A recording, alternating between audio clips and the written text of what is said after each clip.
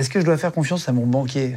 Non, tu peux pas lui faire confiance pour faire grossir ton argent, pas de sa faute, mais parce qu'il n'a pas les moyens de t'aider. Il peut pas t'aider. Le banquier classique, si c'est pour épargner, pour investir, etc., il peut pas t'aider. Bonjour tout le monde et bienvenue sur Légende. Aujourd'hui, émission sponsorisée par Trade Republic. On avait reçu il y a quelques temps Mathias Bacchino, qui est le directeur Europe de cette banque en ligne, cette banque et cette plateforme d'investissement. Ça avait eu un énorme succès. Vous avez été très nombreux, plus d'1 million et quelques à venir en quelques semaines pour voir la vidéo. On s'est dit qu'on allait en refaire une avec lui pour qu'il nous explique différentes choses et l'évolution aussi et tout ce que vous pourrez faire avec Trade Republic. Juste avant, pour vous rappeler qui c'était, c'est un ancien trader, Mathias Bacchino. À 13 ans, les huissiers avaient vidé sa maison. À 29 ans, il avait gagné 300 000 euros par an. Il nous avait expliqué aussi qu'on l'avait après menacé de mort sur Twitter à l'époque quand il était trader, qui se considérait comme un banquier repenti, qu'il avait rejoint Trade Republic en 2021. Il nous avait expliqué ce que c'était. Vous aviez été très nombreux à investir, à essayer de mettre quelques euros chaque mois sur ces plateformes pour acheter des actions, pour acheter d'autres choses, pour essayer de gagner de plus en plus d'argent. Il est revenu pour expliquer d'autres choses. On a plein de questions, notamment les questions que tout le monde se pose sur l'argent. On a regardé sur Google les questions vraiment les plus posées. On va lui demander. Il s'appelle Mathias Bacchino. En tout cas, merci à vous tous d'écouter cette émission ici, soit sur YouTube, soit en plateforme audio. Si vous nous écoutez sur les podcasts aussi, vous pouvez nous écouter comme ça le soir, ou alors en roulant en voiture, en roulant en moto, j'en sais rien. Si vous êtes en train de faire du vélo, du footing aussi, parfois je croise des gens qui ont leurs écouteurs et qui nous écoutent. Donc merci beaucoup à vous tous. Où que vous soyez, d'être là avec nous sur Légende et continuez de vous abonner sur notre chaîne YouTube. Et puisque vous êtes un peu plus de 100 000 par mois à nous rejoindre sur cette chaîne ici, donc abonnez-vous. Alors moi, ça nous aide vraiment à avoir de plus en plus de monde, de plus en plus d'invités aussi assez fous. Et c'est parti avec Mathias Bacchino de Trade Republic. On y va. Mathias Bacchino, de retour sur Legend, et on va continuer de vous aider à avoir moins peur de l'argent. Eh ben magnifique, merci. Bienvenue Mathias pour la deuxième émission. Mathias de Trade Republic, ancien trader, aujourd'hui directeur Europe de Trade Republic, plateforme d'épargne utilisée par plus de 4 millions de personnes en Europe. On a fait une émission il y a quelques mois. Vous avez été très nombreux à la regarder. Ça a dépassé tes espérances, tu me disais. On ne s'attendait pas à faire autant de vues. Vous étiez plus d'1 million et quelques à voir la vidéo en quelques semaines, en quelques mois. On s'est dit qu'on allait en refaire une parce que les commentaires, vous avez été des dizaines de milliers à commenter cette émission à l'époque pour nous dire merci. On a appris des choses, ça nous a rassurés. Toi, tu as eu des retours absolument incroyables. Ouais, incroyable. Est-ce que tu peux raconter, parce que vraiment, et oui, c'est un partenariat. Tu me le disais tout à l'heure. Ouais. Au départ, c'est un partenariat comme tu peux en faire avec plein de médias, comme plein d'émissions, etc. Mais là, il s'est passé quelque chose. C'est allé bien au-delà, ouais, je pense que c'est allé bien au-delà. En fait, c'est ce qui est magnifique, si tu veux, c'est que il y a une demande aujourd'hui dans la société pour mieux gérer son argent, pour plus en avoir peur, pour être capable de mieux le comprendre, de mieux le gérer, de le simplifier aussi. Et cette demande-là, on s'est aperçu qu'en faisant cette interview, cet échange, qu'il y avait beaucoup d'éducation dans le contenu, on s'est aperçu qu'il y avait une réaction complètement dingue de la population et une réaction à la fois très positive parce que les gens étaient plutôt contents. Moi, j'ai reçu quelque chose comme 40 000 DM. Donc, j'en profite pour m'excuser parce que j'ai pas pu répondre à tout le monde d'ailleurs, parce que ça nous a pris par surprise tout simplement. Et des gens qui étaient intéressés d'en savoir plus. Ils voulaient comprendre comment se former, comment creuser. Ils voulaient aussi comprendre comment passer à l'action, mais surtout, des gens qui disaient tout simplement merci.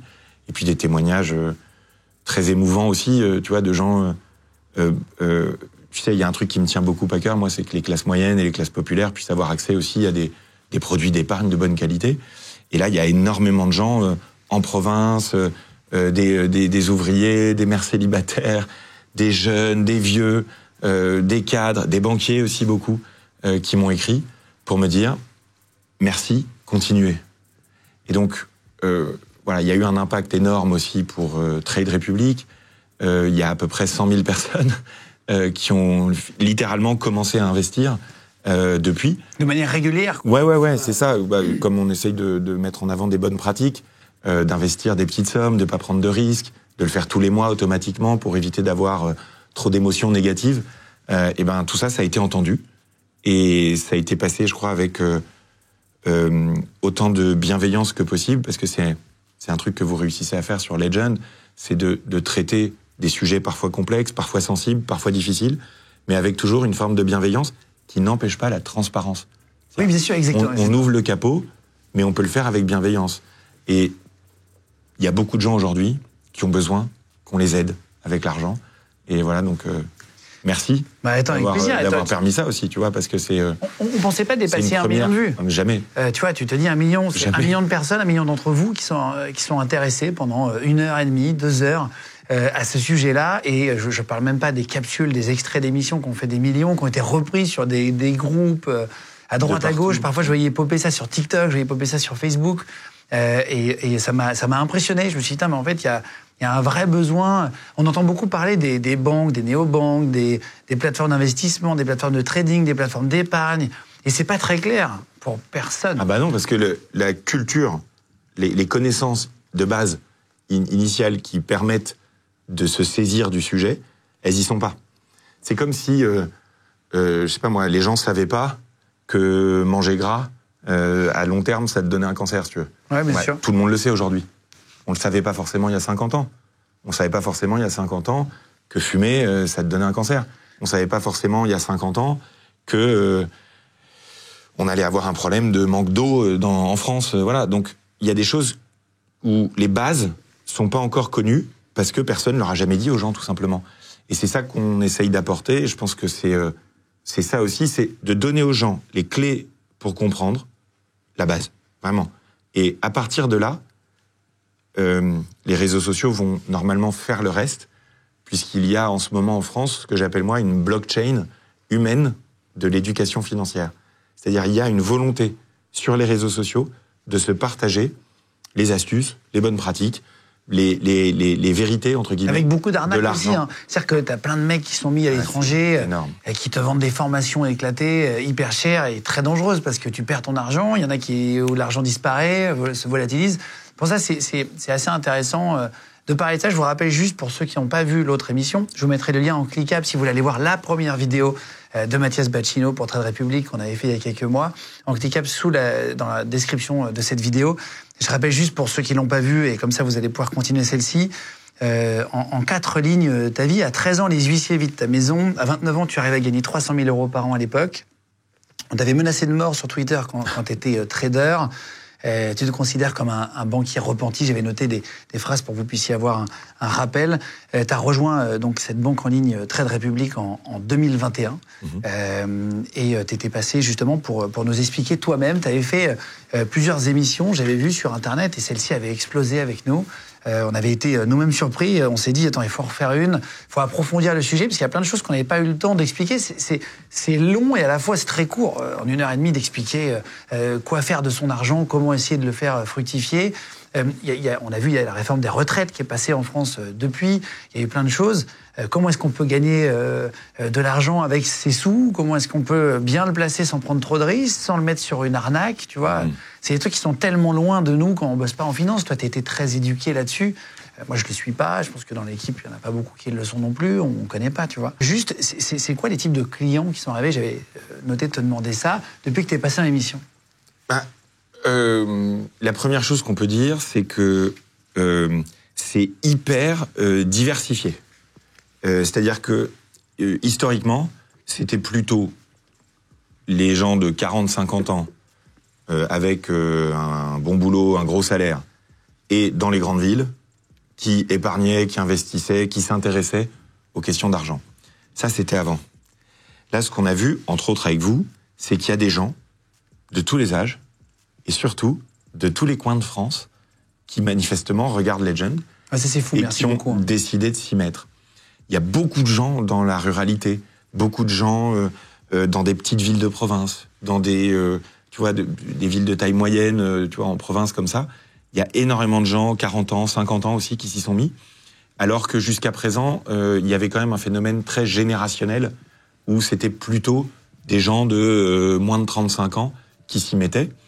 Entre autres avec vous, on a vu beaucoup de 35, 50, tu vois, arriver et commencer eux aussi à investir, parce que pour eux, c'est à la fois plus facile et plus difficile. c'est plus facile à 40 ans de se mettre à investir parce que tu as la pression, la peur de la retraite qui arrive, tu le ressens un peu plus.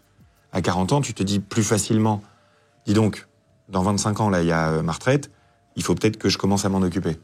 Donc il y a ça. Mais en même temps, comme ils ont plus de 40 ans, ça fait 40 ans qu'ils se font bourrer le mou avec des concepts d'épargne et d'investissement qui sont pas bons. Et donc ils ont un gros effort à faire sur eux-mêmes pour changer leur perception de l'argent, changer leur repère face à l'argent et commencer à investir un peu plus efficacement. Donc c'est passionnant parce que ça met en jeu plein de choses. Tu as beaucoup d'émotions chez les gens. Moi, c'est ce que j'ai ressenti très fort en recevant tous ces messages, en regardant les commentaires aussi sur la vidéo. Il y a beaucoup de gens qui souffrent en fait dans leur rapport à l'argent en France. Et donc, apporter quelque chose qui va leur permettre par du savoir d'avoir moins peur. Moi, je trouve que quand on met de la lumière sur quelque chose, normalement, on en a moins peur. C'est-à-dire que ce qui fait peur, d'expliquer bien. C'est le coin sombre, tu vois, dans la maison. Là, on met de la lumière, on explique et on rend accessible avec des concepts hyper simples. On va essayer de le faire encore un peu plus dans cette vidéo-là. Grâce à vous, moi, je vais aussi pouvoir le faire dans les mois qui viennent, dans un livre, puisque à l'issue du premier épisode qu'on a tourné ensemble, il y a un éditeur qui a une histoire assez marrante, c'est-à-dire, tu as le numéro 2 de la maison d'édition qui a vu la vidéo à titre perso, qui a ouvert un compte. C'est vrai. Qui a commencé à investir, et qui ensuite m'a écrit en me disant 6 mois, 45 ans, éditeur, parisien, j'ai commencé à investir en bourse après cette vidéo, c'est qu'il y a quelque chose qu'il faut qu'on explique aux Français ensemble. Et donc, je vais pouvoir le faire dans un livre. Grâce à nous. Grâce à vous, bien sûr. Marrant. Enfin, bien grâce sûr. à la vidéo, trop drôle. Grâce à Legend, ouais. Félicitations. Attends, c'est marrant. Je vous mettrai le lien du livre quand il sortira, même si c'est dans quelques mois par rapport au tournage de cette vidéo. Je le rajouterai dans la description le jour où il sortira pour que vous puissiez aller le chercher avec un truc plus complet. Attends, c'est fou, félicitations. C'est intéressant. Juste, j'avais noté pour voir comment les Français dépensent par rapport à une autre époque. J'ai pris 1962 pour qu'on puisse voir comme ça, en quelques années, comment on dépense par rapport en 60 ans. La différence, c'est par rapport à l'INSEE. On a vraiment pris des chiffres, voilà. Je vous mettrai, pareil, les liens en dessous si vous voulez aller voir. On dépensait à l'époque, en logement, chauffage et éclairage, on dépense 31% en 2022 contre 20%. C'est-à-dire que le logement a pris beaucoup plus, une plus grosse partie en 60 ans. C'est le coût de l'énergie. Hein. D'ailleurs, c'est pas étonnant que le coût de l'énergie, de manière générale, soit devenu un sujet énorme pour les gens, puisqu'on n'a pas encore trouvé d'énergie complètement recyclable, complètement disponible, en fait. Donc, oui, le coût de l'énergie a vachement augmenté pour les gens. Et le logement. Ouais, le logement aussi, bien sûr. Bien sûr. À l'époque, une maison, ça coûtait 300 000 francs. Maintenant, ça coûte 1 million d'euros à Paris. Enfin, c'est impossible. En fait, c'est ce qu'on appelle les dépenses contraintes qui ont augmenté. C'est-à-dire les dépenses que tu es obligé de faire. Ça a aussi rajouté des dépenses qui n'existaient pas dans les années 60 pour ton logement. Par exemple, le téléphone, Internet, télé, les abonnements. Tout ça, c'est ce qu'on considère aujourd'hui comme des dépenses contraintes. Alors que ça l'est pas forcément. T'es pas forcément obligé, je dirais, de faire ces dépenses-là. Mais ces dépenses-là ont vachement augmenté. Après, t'en as d'autres qui ont baissé parce qu'il y a un truc qui est sûr, c'est qu'à la fin, on peut dépenser que 100%. On peut pas dépenser plus. Là où ça a baissé, par exemple, c'est étonnant, c'est dans l'alimentation. C'est-à-dire qu'à l'époque, en 2022, donc aujourd'hui, c'est à 17%, mais à l'époque, c'était 30% de son budget. C'est-à-dire qu'on a quasiment divisé par 2 son budget, enfin la part de son budget alimentation. Est-ce que ça coûtait plus cher avant, tu vois ? Ouais, bien sûr. Ça coûtait plus cher. Aujourd'hui, quand tu vois ça, tu t'étonnes moins quand tu entends la colère des agriculteurs, parce que forcément, il y a quelque part, si on dépense 2 fois moins qu'avant pour la nourriture, il y a forcément quelqu'un qui est moins payé. Et en l'occurrence, a priori, ce sont les agriculteurs. Est-ce qu'on est moins éduqué aujourd'hui sur l'investissement qu'il y a 50 ans, ou est-ce qu'on commence à s'y mettre ? Alors, il y a une nouvelle, pour moi, ça a été une super nouvelle. Ça a été une très bonne nouvelle qui, moi, m'a fait vraiment chaud au cœur. C'est que les jeunes de 18-25 ans, aujourd'hui en France, ont une compétence financière qui est largement supérieure à il y a 10 ans. C'est spécifique aux jeunes de 18 à 25 ans. C'est comme ils sont meilleurs en anglais. Par exemple. Série Netflix, il y a plein de trucs qui permettent ouais. Ensuite, par rapport à il y a 50 ans, on est beaucoup plus éduqués. Ça n'a juste rien à voir. Le système est devenu aussi beaucoup plus complexe. L'argent joue un rôle plus important dans nos vies aujourd'hui qu'il y a 60 ans. Certains s'en plaignent d'ailleurs, enfin, certains ne sont pas d'accord avec ça. Mais d'une manière générale, l'argent a pris une place plus importante. Parce que c'est l'argent qui permet de financer en fait les projets, le développement humain de manière générale. Et donc plus on est nombreux, plus l'argent joue une place importante aussi dans la société. Toi, tu as le sentiment que les banques elles font exprès de ne pas trop éduquer financièrement les gens, ou c'est parce que leur business est fait d'investissement? Tu penses que c'est naturellement que ça s'est fait comme ça? En fait, moi, ce que j'ai observé, si tu veux, c'est le fait que les élites, les personnes qui décident à la tête des ministères économiques, à la tête des banques, à la tête des régulateurs, malgré eux, sont plutôt des gens aisés, tu vois, des gens à l'aise, et des gens qui ont reçu par leur famille une éducation financière. C'est 15% de la population à peu près. Et donc, comme ils ont déjà reçu une éducation financière, c'est plus difficile pour eux de réaliser à quel point c'est important pour ceux qui n'en ont pas reçu par leur famille, en fait. Donc c'est une injustice. Et le problème qu'on a eu, moi je trouve énorme, c'est que aujourd'hui, si on crée une transparence totale sur les banques et comment elles fonctionnent, les gens vont pas accepter. Donc les banques n'ont pas intérêt aujourd'hui, de fait, c'est pas de leur faute, c'est pas un complot, si tu veux. C'est pas des gens qui, dans une salle, se disent on va exploiter la population. On va avoir les sangs de bébés, puis on va pas. Non, mais tu vois, c'est des êtres humains. Je veux dire, c'est pas des gens qui ont envie de mal faire. C'est pas de la faute des banquiers en tant que personne. C'est juste que par leur prisme. Le système, en fait, bancaire est devenu tellement gros. Les banques sont devenues des entreprises tellement grosses. Les systèmes informatiques des banques sont devenus tellement gros qu'il y a un moment donné où faire de l'innovation, changer les choses et faire baisser ses coûts en tant que banque, c'est devenu très difficile. Donc les banques sont obligées aujourd'hui d'avoir des frais relativement élevés. Il y a aussi beaucoup de régulations qui pèsent sur elles. Et comme elles sont obligées d'avoir des frais élevés, c'est plus difficile pour elles d'être complètement transparentes comme nous on peut le faire.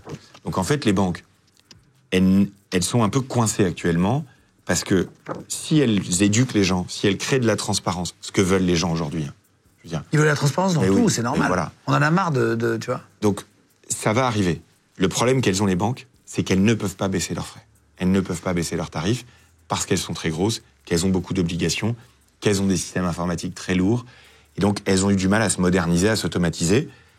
C'est là que des acteurs comme nous sont vachement importants. Pourquoi ? Parce que, en France, c'est l'arrivée de Free qui a forcé, par le jeu de la concurrence... Parce que tu casses un monopole. Orange, SFR et Bouygues à baisser leurs tarifs. Donc, il faut de l'innovation, il faut des challengers, des gens comme nous qui apportons des nouveaux services et qui apportons de la concurrence, de la compétition aux banques pour dire, allez, tous ensemble, on va s'améliorer. Je vais me permettre de te couper pour ceux qui ne savent pas, ou ceux qui étaient jeunes, ou ceux qui habitent à l'étranger mais qui sont francophones. Free, c'est un opérateur téléphonique de Xavier Niel qui est arrivé il y a quelques années et qui a cassé les prix. Ils sont arrivés avec des forfaits à l'époque, flash à 2 €, je me rappelle. 2 € par mois. À 2 €, alors que le prix moyen d'un forfait, c'était peut-être de 20 €, 25 € chez les autres. Ils sont arrivés, ils ont divisé par 10 les prix, puis en plus, ils ont dit, bah voilà, Internet, c'est illimité. Enfin, il y avait des offres qui étaient tellement énormes par rapport à la concurrence que les autres, ils ont dû se regarder et se dire, oula, merde.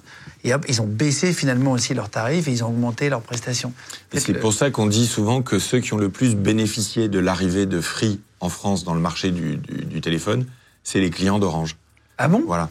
Et donc nous, on espère un jour, parce qu'on a bien conscience que Trade Republic n'est pas là pour prendre tous les clients de toutes les banques. C'est absurde. Il y a d'autres entreprises qui vont être comme nous, qui vont faire la même chose que nous.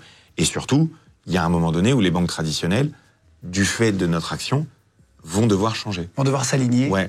C'est ce que vous proposez. C'est ma conviction, c'est celle des fondateurs de Trade Republic, et c'est aussi, je crois, ce que pensent les pouvoirs publics. C'est aussi pour ça qu'ils nous soutiennent, parce qu'on apporte quelque chose d'un peu nouveau. Et dans une interview, tu dis que le livret A est propre à la France et choque même à l'étranger. Je t'ai entendu dire ça dans une interview. Pourquoi tu dis que ça choque ? Alors, le livret A, c'est l'État qui paye 3% actuellement d'intérêt sur l'argent des gens sans aucun risque. C'est 3% le livret A aujourd'hui? Actuellement, oui. C'est remonté, parce que c'était plus bas, non? Oui, pendant très longtemps, c'était à 0,5. Le livret A, où c'est complètement unique, c'est que c'est l'État qui te paye des intérêts. Ça existe nulle part ailleurs. C'est-à-dire, c'est pas normal. Parce que c'est pas forcément le rôle de l'État. Et la seule raison pour laquelle l'État fait ça, c'est parce que l'État se sert de l'argent du livret A pour construire des logements sociaux en France. Ça sert à financer. Putain, je savais pas ça. L'État donne l'argent du livret. Les banques n'ont pas l'argent du livret A. Les banques sont un intermédiaire de l'État, ce qui est incroyable. Hein. C'est une vision un peu ancienne quand même de comment la société peut fonctionner.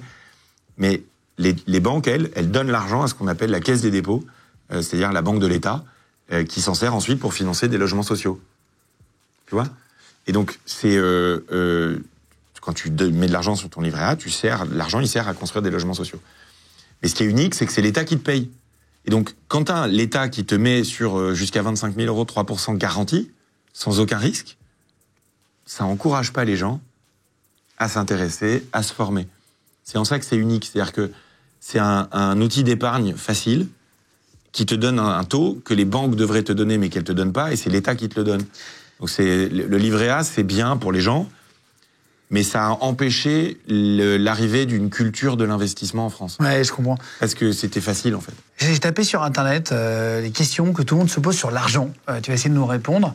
Première question, tu y as déjà répondu, donc je ne vais pas te la poser. C'était à quoi sert mon argent quand je le dépose sur un livret A? Alors, il y a une subtilité, il sert à financer le logement social via la Caisse des dépôts, et depuis peu, il sert aussi à financer des startups du secteur de la défense. C'est un choix qu'a fait le gouvernement, dans le contexte de regain des tensions et de la guerre en Ukraine, évidemment. Pour remuscler pour soutenir financièrement les entreprises de la défense. À quel âge il faut commencer à investir? Question qui arrive. Tu as dit que c'est à partir de 30 ans, mais on peut le faire plus tôt? Le plus tôt possible. En fait, c'est hyper important de comprendre. C'est les intérêts composés, j'en ai déjà parlé dans la première vidéo, là je vais juste vous donner un chiffre. Si tu mets 50 euros par mois de côté, et que tu gagnes 5%, c'est ce qu'on a dit, la bourse fait depuis 120 ans, 5%. Si tu commences, et que tu veux aller à 60 ans, ok? Si tu commences à 10 ans, enfant, parce que tes parents ont été sympas, ils ont commencé pour toi, à 60 ans, tu as 130 000 euros. Si tu commences à 20 ans, ton premier boulot, ton premier petit boulot, à 60 ans, tu as 70 000 euros. Si tu commences à 30 ans, à 60 ans, tu as 37 000 euros. Ça s'appelle les intérêts composés. C'est un truc qui fait que... C'est boule de neige. C'est la boule de neige qui grossit quand elle descend la montagne. Ouais. Et la boule de neige, quand elle descend la montagne, elle fait un tour en haut de la montagne, elle est petite, elle attrape de la neige par terre. Elle fait un tour, c'est le même tour, en bas de la montagne, elle est devenue énorme, elle attrape plein de neige par terre en un seul tour. C'est ça les intérêts composés. C'est que c'est le plus tôt tu commences. On peut prendre sur Trade Republic un compte pour ses enfants? Pas encore. Mais il est évident que, après ce que je viens de te dire, nous, ce qu'on cherche à faire, c'est proposer des produits aux gens qui leur permettent d'aller chercher ces 200 milliards de gaspillage. Les frais sur l'épargne, les frais sur la banque, l'inflation. Moi, j'aimerais bien mettre sur un compte pour mon fils chaque mois. Bah ouais, bien sûr. Donc, on y travaille très dur, parce que c'est une évidence, bien sûr. Il faut qu'on puisse proposer ce type de solution. Après, si l'Europe pouvait créer un produit d'épargne européen unique, avec une réglementation européenne unique, une fiscalité européenne unique, pour nous, ça serait plus facile. Ça nous éviterait de galérer comme des chiens pour s'adapter à tous les systèmes nationaux, au risque un jour de voir des acteurs comme nous se faire racheter par des Américains, quoi. Donc, c'est l'union des marchés de capitaux, l'union européenne de l'épargne et tout, c'est des trucs qui sont vachement importants. Question que tout le monde se pose sur l'argent, trouvée sur Google aussi. Ouais. Est-ce que je dois faire confiance à mon banquier? C'est la question. Oui et non. C'est les questions, il y a marqué autre question et tu cliques. Oui et non. Oui, parce qu'un banquier, dans l'immense majorité des cas, c'est honnête, et qu'une banque, c'est solide. C'est sécurisé, c'est solide, le banquier, il peut pas te mentir, et les banquiers sont des gens honnêtes. Non, tu peux pas lui faire confiance pour faire grossir ton argent, pas de sa faute, mais parce qu'il n'a pas les moyens de t'aider. Il peut pas t'aider. Le banquier classique, si c'est pour épargner, pour investir, etc., il peut pas t'aider. Parce qu'il n'a pas les produits, en fait. Tous les produits qu'il vend, c'est des produits de la maison, qui sont des produits hyper chers. Donc c'est... ton banquier, tu peux lui faire confiance pour garder ton argent en sécurité et pour te prêter de l'argent pour ton crédit immobilier. Et être honnête avec toi. Il peut pas te mentir, le banquier. Par contre, il peut pas t'aider à faire grossir ton argent, pas avec les produits qu'il propose, c'est pas vrai. C'est rentable d'investir dans l'immobilier si je dois vendre dans 3 ans? Pour l'interrogation. je pense que chaque cas est particulier. Les actions françaises, je sais pas si on regarde là depuis des décennies, de mémoire, les actions françaises, ça fait 12%, quelque chose comme ça, en moyenne. L'immobilier parisien, ça fait 10% en moyenne. Donc, les SCPI, c'est-à-dire l'immobilier, les fonds d'immobilier, ça fait 7% en moyenne. Donc, l'immobilier, c'est une classe d'actifs qui est plutôt rentable, bien sûr. Oui, quand même. Maintenant, il y a 1000 manières de faire de l'immobilier actuellement. Il y a la location courte durée, il y a Airbnb, tout ça est très complexe. Donc, moi, ce que je dis aux gens, c'est attention aux miroirs, aux alouettes. Attention au truc qui est présenté comme la structure géniale qui va être parfaite. Non, c'est pas facile de faire de la location courte durée sur Airbnb pour gagner de l'argent. Oui, c'est possible, mais c'est pas facile. C'est pas un truc où tu claques des doigts et du jour au lendemain, t'as 12 apparts. C'est pas vrai. C'est possible, mais c'est pas vrai que c'est facile. Ensuite, moi, l'immobilier, pour moi, à titre perso, c'est avant tout pour y habiter. Voilà. C'est cette notion d'avoir un toit au-dessus de la tête, je trouve que c'est quelque chose de vraiment intéressant.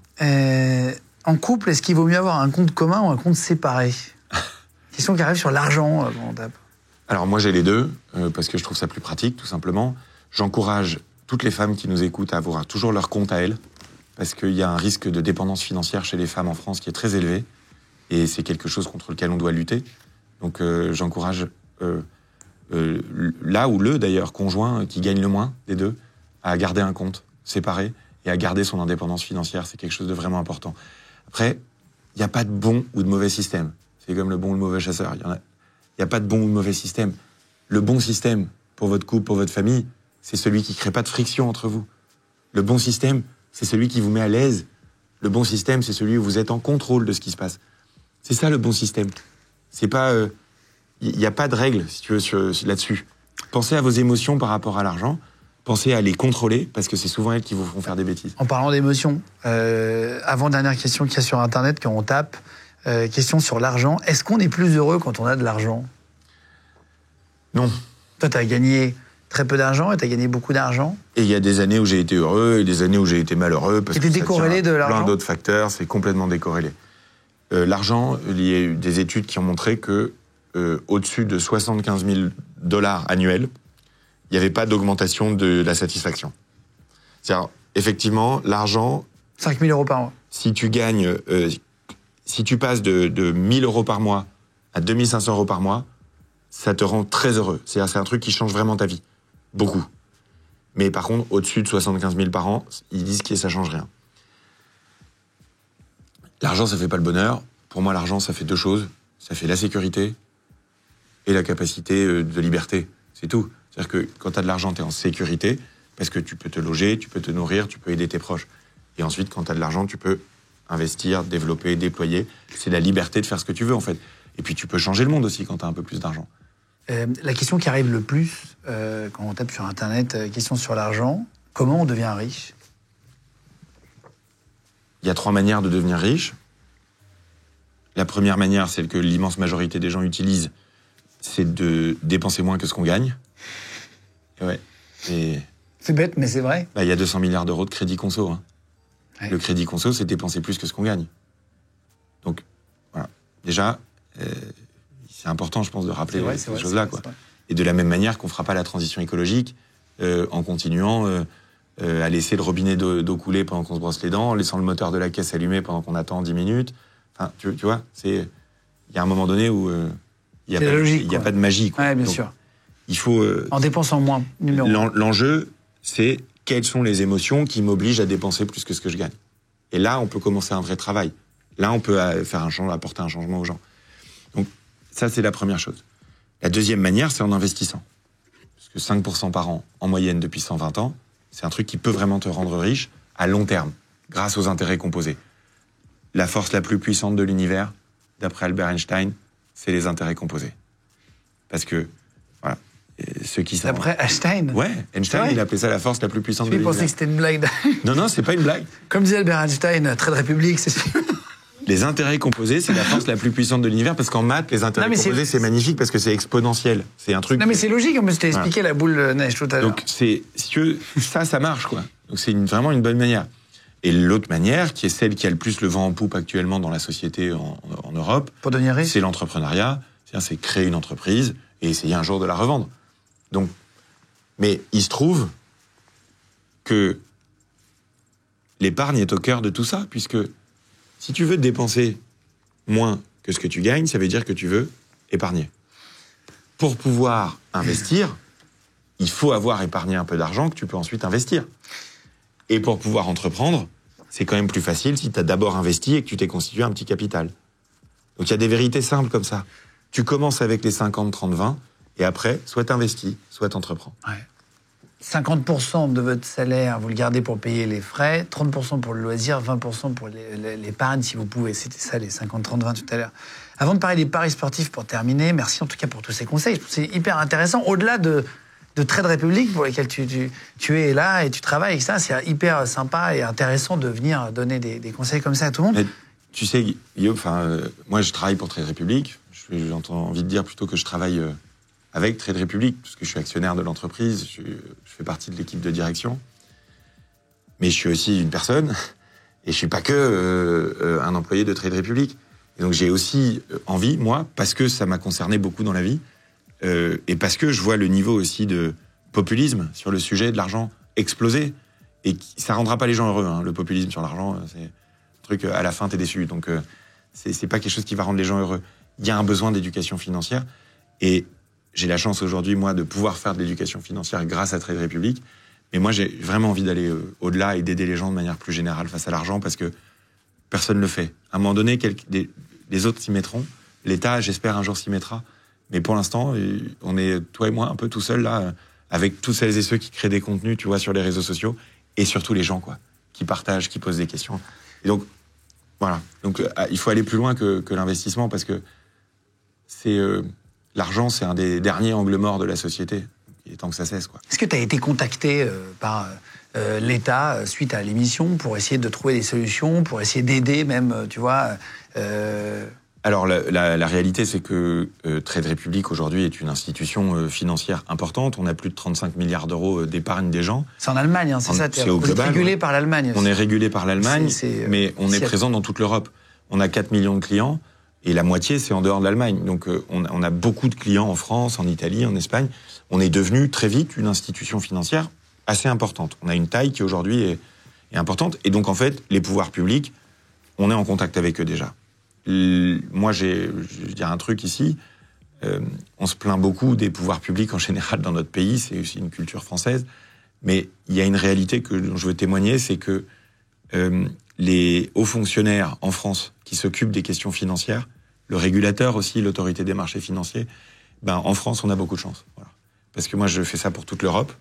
Et en France, on a des équipes qui sont hyper compétentes et qui ont réellement à cœur l'intérêt général. Donc, il y a encore des gens dans ce pays qui, au sein de la machine publique, font un boulot vraiment remarquable. Donc, je voulais les saluer parce que on a beaucoup de soutien de ce côté-là. Et puis, on apporte aussi une innovation qu'ils ont envie de rendre disponible aux établissements français. Tu vois, le meilleur exemple, c'est le fait que chez Trade Republic, on peut fractionner. Les gens, ils peuvent acheter un bout d'une action, d'un fonds, quoi. Ils peuvent acheter un petit bout. Parce que tout le monde n'a pas les moyens d'acheter une action LVMH qui coûte 700 €, par exemple. Et donc, ça, c'est permis par la loi allemande. Nous, on l'a amené en France. Eh ben, il y a un mois, le Parlement français a voté une loi pour rendre possible le fractionnement en France. Donc, ce qu'on a rendu, nous, accessible à tous, qui est la possibilité d'investir des petites sommes tous les mois, de pas prendre de risques, d'en prendre moins, et de le faire automatiquement tous les mois comme ça. Mais avec des petites sommes, avec des 20 €, avec des 30 €, avec des 50 €, pour que... parce que le sujet, c'est pas toi et moi. Toi et moi, on peut épargner, on peut investir. Le sujet, c'est les gens dans la régie, les jeunes, ceux qui ont moins de moyens, qui ont aussi besoin d'avoir une bonne retraite. Donc eux, il faut qu'ils puissent investir des petites sommes tous les mois. Et ben ça, maintenant, toutes les banques françaises vont pouvoir le proposer, alors qu'avant, la loi n'existait pas. Donc c'est un impact qu'on a, qui est rapide, qui est fort, qui est avant tout pour nos clients à nous, parce qu'évidemment, il y a beaucoup de gens qui nous rejoignent, mais aussi pour l'ensemble de l'industrie. Et c'est en partie grâce à toi, donc merci Legend. Ce qui serait bien aussi un jour, je ne sais pas ce que tu en penses, mais ça serait de... Parce que là, on fait de la théorie, tu montes de la théorie. Mais je pense qu'un jour, il faudrait qu'on fasse un truc, un autre format, pas en studio, Ouais. mais on suive quelqu'un. On a pensé à ça avec Sébastien qui prépare les émissions avec nous, qui en anime aussi. Et on se disait, ça serait bien un jour de suivre un mec qui prend... Parce que là, on parle de Trade Republic, mais je trouve qu'il n'y a rien de plus efficace qu'un jour, on prenne un mec dans le bureau ou un mec dans la rue, qu'on connaisse quand même un peu, et qu'on lui donne une somme. On lui dit, tiens, tu vas mettre X centaines d'euros qu'on te donne, et on va l'accompagner pendant 3 mois. Ne serait-ce que 3 mois, tu vois, pour montrer... et on filme à chaque fois, une fois par semaine, les modifications, les trucs, ce qu'on pourrait faire. Je te donne une idée, parce que c'est un truc que j'ai dans la tête depuis 7 ans. Un jour, j'aimerais bien réussir à le faire. Ça s'appelle Secret Story, c'est une villa fermée. Chacun a un compte en banque. En fait, il y en a un qui est riche, l'autre pas. Il y a des gens qui ont vachement besoin d'apprendre à gérer leur argent d'un coup, c'est les sportifs. Parce que les sportifs, ils gagnent leur argent souvent dans le début de leur carrière, et il faut que ça marche pendant longtemps après, alors qu'ils font plus sport. Et j'ai toujours voulu prendre un sportif et, en fin de carrière, le filmer en lui apprenant à gérer son argent. Et comme c'est un sportif, il est plutôt discipliné, plutôt organisé, etc. Donc on pourrait vraiment, à mon avis, faire un truc hyper pédagogique. Un peu sur le long cours, comme ça. Et il y a un autre truc qu'il faudrait faire aussi pour aider à casser le tabou, c'est que des vrais gens parlent vraiment de leurs vrais problèmes avec l'argent. Et qu'on les accompagne, on les encourage. C'est une vulnérabilité énorme parce que les gens ressentent de la honte quand ils ont des problèmes avec l'argent. Je peux t'en parler. Et cette honte-là, elle t'empêche d'en parler avec les autres. Alors que si t'en parles, qu'est-ce qu'ils vont faire les autres? Ils vont t'aider. Et le meilleur exemple que j'ai, que ça c'est en train de changer, que le tabou il est en train de tomber, c'est sur Reddit, un réseau social américain qui s'appelle Reddit, et qui est très qualitatif. C'est-à-dire les contenus sont très qualitatifs, sont vérifiés, etc. T'as des modérateurs, enfin c'est un réseau social, mais avec un contenu très de qualité, vraiment, vraiment pro. Il y a un groupe qui s'appelle Vos Finances, sur un subreddit qui s'appelle Vos Finances. Quand j'ai commencé il y a 3 ans, il y avait 50 000 personnes dessus. Aujourd'hui, il y a plus de 300 000 personnes dessus. Et les gens partagent et demandent de l'aide. Aujourd'hui, quand tu as un problème avec l'argent en France, qu'est-ce que tu fais? Tu le dissimules. Si tu le dissimules, tu peux pas demander de l'aide. Si t'as pas d'aide, tu te retrouves aux mains du système qui est pas fait pour t'accompagner individuellement. Donc tu as ce tabou-là, si tu veux. La seule solution, à mon avis, c'est de parler à des gens, de montrer, d'oser. Et c'est pour ça que moi, j'ai aucune limite dans les contenus que je fais, si tu veux. Parce qu'il n'y a que de la transparence et de la bienveillance qui pourront aider les gens, en fait. Petite pause dans le sujet financier. Pendant une pause maquillage, tout à l'heure, tu m'as dit, tiens, il y a d'autres sujets qui m'intéressent, pour lesquels on manque d'éducation en France. Ce serait quoi, pour toi, un autre sujet dans lequel on manque, et après on va parler de tes enfants? Non, moi, je trouve qu'il y a 2 sujets sur lesquels, au-delà de l'éducation financière, qui est mon cheval de bataille, il y a l'éducation au digital. C'est le trou noir absolu, c'est une catastrophe, parce que si on ne maîtrise pas l'intelligence artificielle, le code, etc., voilà, pour moi, c'est incroyable qu'il n'y ait pas de cours d'éducation numérique pour toutes et tous. À l'école, encore, c'est incroyable. 2004, c'est incroyable. C'est incroyable. Alors que c'est la base de la vie, là. En ce moment, il y a tout le monde qui est sur les réseaux. Ouais. Et tu galères pour trouver des gens, pour former tes enfants, etc. Donc ça, c'est incroyable, l'éducation digitale. Et le deuxième truc, c'est l'éducation à la parentalité. Moi, comment c'est possible qu'un truc qui touche quasiment tout le monde, il y ait quasiment rien, en fait. C'est-à-dire, il y a quasiment rien de structuré. C'est-à-dire que t'as le bouquin, la Bible du docteur Pernou, mais à part ça, t'as rien de clair, t'as rien de vraiment facile. Les hommes sont laissés, je trouve, moi, vachement à l'abandon dans leur rôle de père. C'est incroyable, je trouve, l'omerta qu'il peut y avoir, et sur l'impact que ça a les premières années de vie du bébé, parce que c'est quand même très épais. C'est le meilleur moment de ta vie. Ils disent que 80% de la personnalité d'un homme est faite avant 3 ans. J'ai vu ça sur Internet l'autre jour. Ça me... Source, t'inquiète. Mais non, mais j'ai vraiment vu un truc. En plus, je crois que c'est effectivement, c'est Laurence Pernou, c'est ça, la médecin qui fait. Le bouquin, moi, ça m'a vachement aidé, moi. Qui fait un livre chaque année depuis les années 70. Et sur l'éducation des enfants, sur comment faut faire, sur ce qu'il faut pas faire, sur ce qu'il faut faire. Et ce qui est très marrant, c'est que moi, j'ai récupéré le bouquin en brocante des années 70, où ils te disent, Bon, faut fumer dans la voiture, il n'y a pas de problème. Par contre, il faut juste laisser 1 centimètre d'eau. Tu sais, ça a vachement évolué. Un verre de vin, mais pas plus qu'un verre de vin par repas, même quand vous allez aujourd'hui, tu te dirais, c'est fou, quoi. Ça a évolué, en fait. Ça a évolué parce qu'en fait, la vie, le monde a évolué aussi. Évolue, hein. Et l'évolution, nous, à laquelle on fait face pour la partie financière du sujet, c'est le vieillissement de la population. C'est qu'on est de plus en plus nombreux et on est de plus en plus vieux. C'est très net, je veux dire. On est en train de passer...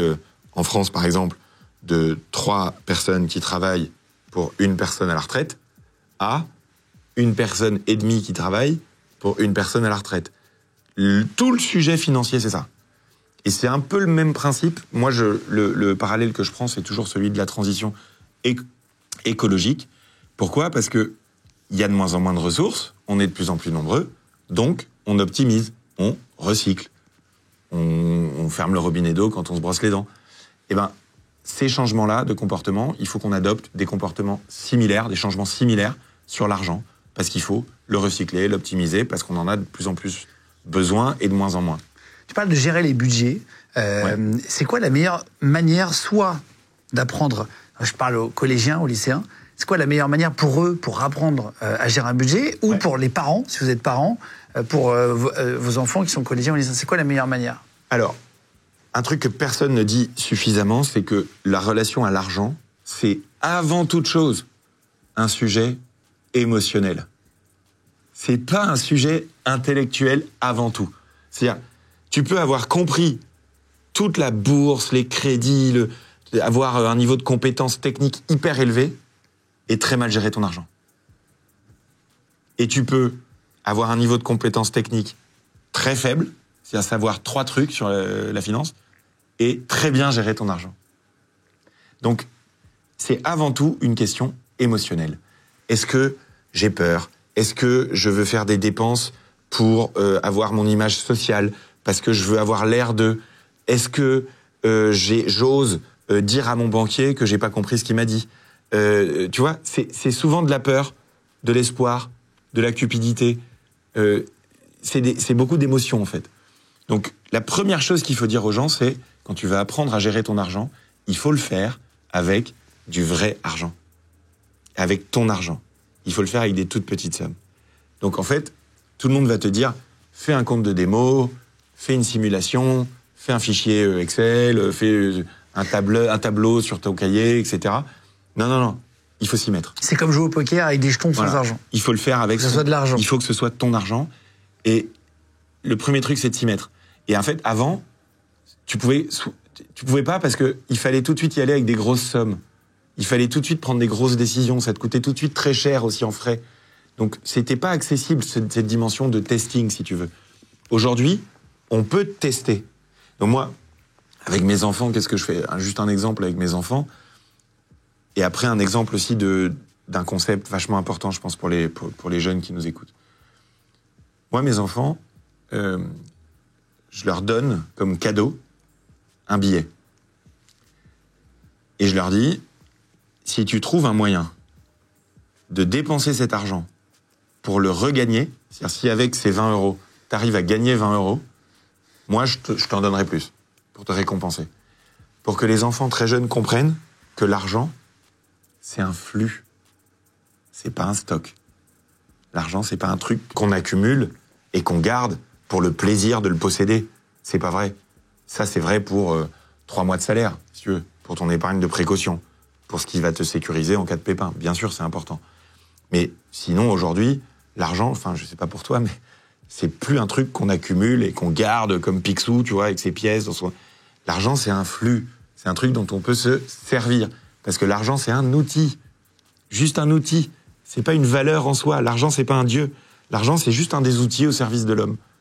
Comme beaucoup d'autres. C'est un outil pour partir en vacances, surtout. Oui, c'est un outil pour, comme son corps. C'est un plaisir, oui. C'est un outil pour soutenir ses enfants. C'est un outil pour mieux manger. C'est un outil pour voyager. C'est un outil pour... Moi, j'appelle ça de la liberté, l'argent. Ben voilà. Avant, les gens pensaient que le temps, c'est de l'argent. Maintenant, les gens pensent que l'argent, c'est du temps. Donc, se former à ça, c'est un truc qui va te libérer de manière, pour moi, vraiment énorme. Mais il faut essayer avec du vrai argent. Il n'y a pas le choix. Il n'y a vraiment pas le choix. j'ai perdu un truc que j'étais en train de dire. Non, tu sais que tu avais 2 trucs pour tes enfants. Ah oui, le truc que je fais pour mes enfants. Et il se trouve que je fais ça avec mon filleul aussi, avec mon neveu, etc. Et ils sont assez créatifs.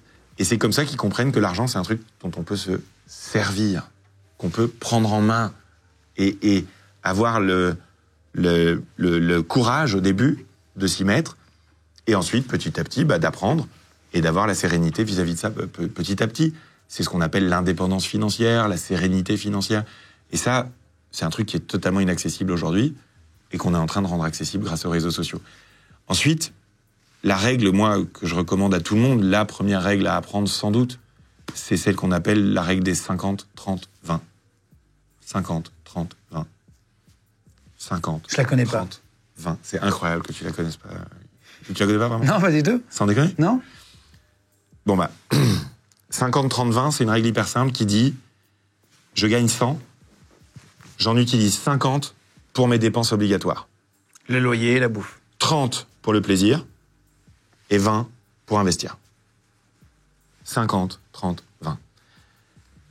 Évidemment, quand tu gagnes très peu d'argent, il est possible que tes dépenses obligatoires, ton loyer, ta bouffe, ton chauffage, ton téléphone, ce que tu es obligé de dépenser, ça représente plus que 50. Et là, tu choisiras, si tu prends sur les 30 de plaisir ou sur les 20 d'investissement, en fonction de ça, puisque l'épargne et l'investissement ne sont possibles que si tes besoins de base sont déjà satisfaits. Si tu as un toit au-dessus de la tête, si tu as à manger, si tu as à boire, si tu peux te soigner. Donc, le 50-30-20, il s'applique quasiment à tout le monde, et il est surtout, en fait, facile de s'y adapter si on commence avec. Si on commence avec. Parce que la richesse, elle se crée quand tu réussis à augmenter ce que tu gagnes sans augmenter ce que tu dépenses. Ça, c'est une réalité aussi. Épargner, investir implique de mieux dépenser. C'est quoi la différence? Tu parles tout le temps épargne, investissement depuis tout à l'heure. C'est quoi la différence entre l'épargne et l'investissement? L'épargne, c'est déposer de l'argent quelque part et avoir des intérêts dessus. C'est un livret A. Voilà, c'est de l'argent. C'est un livret. Parce que l'argent a un prix. L'argent, ça se prête et ça se loue, enfin, je sais pas comment dire. Ça se prête et ça s'emprunte. Et l'argent, ça a un prix. Donc, l'épargne, c'est ça. L'épargne, c'est juste dire, je mets de l'argent là. Je le reprendrai dans X. Je le reprendrai peu importe quand, mais pendant ce temps-là, il travaille. C'est le livret A, typiquement. Et l'épargne, c'est sans risque. C'est-à-dire, ton argent, il ne peut pas disparaître. En général, ça rapporte peu, mais du coup, il n'y a pas de risque. Tu vois ce que je veux dire? Ouais, mais Donc, c'est ça l'épargne. C'est le livret A. Un investissement, il y a du risque. Voilà.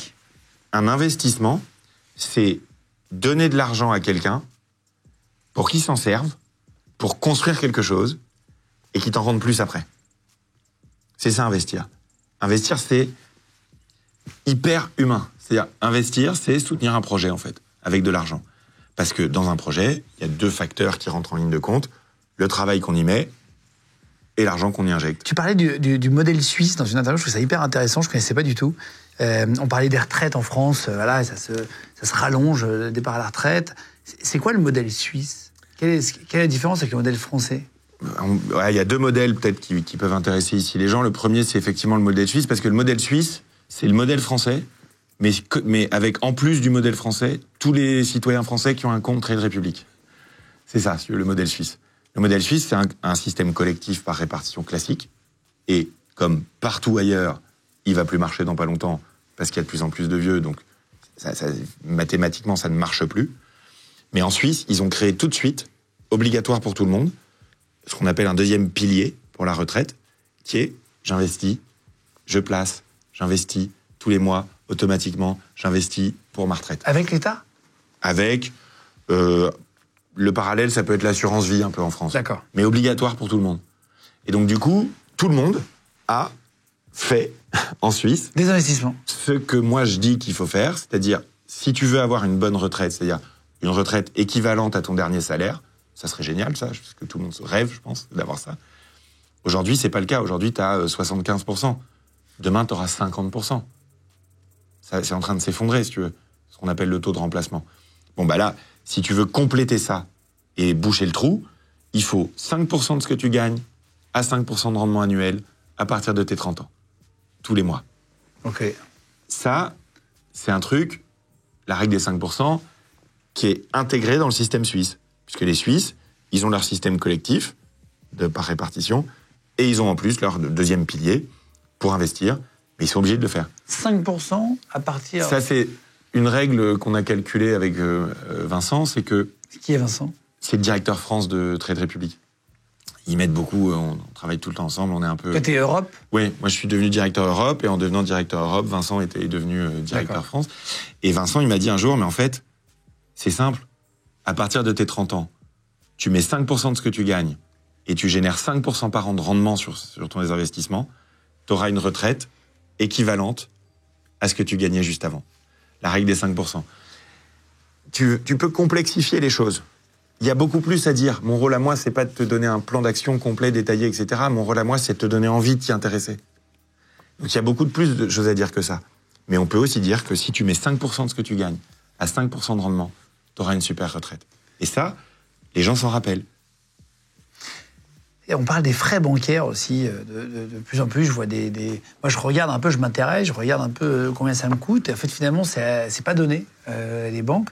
Est-ce que tu as des chiffres à donner sur les frais bancaires qu'on peut payer chez soi dans les banques un peu traditionnelles ? Ou en ligne, d'ailleurs, sur les deux.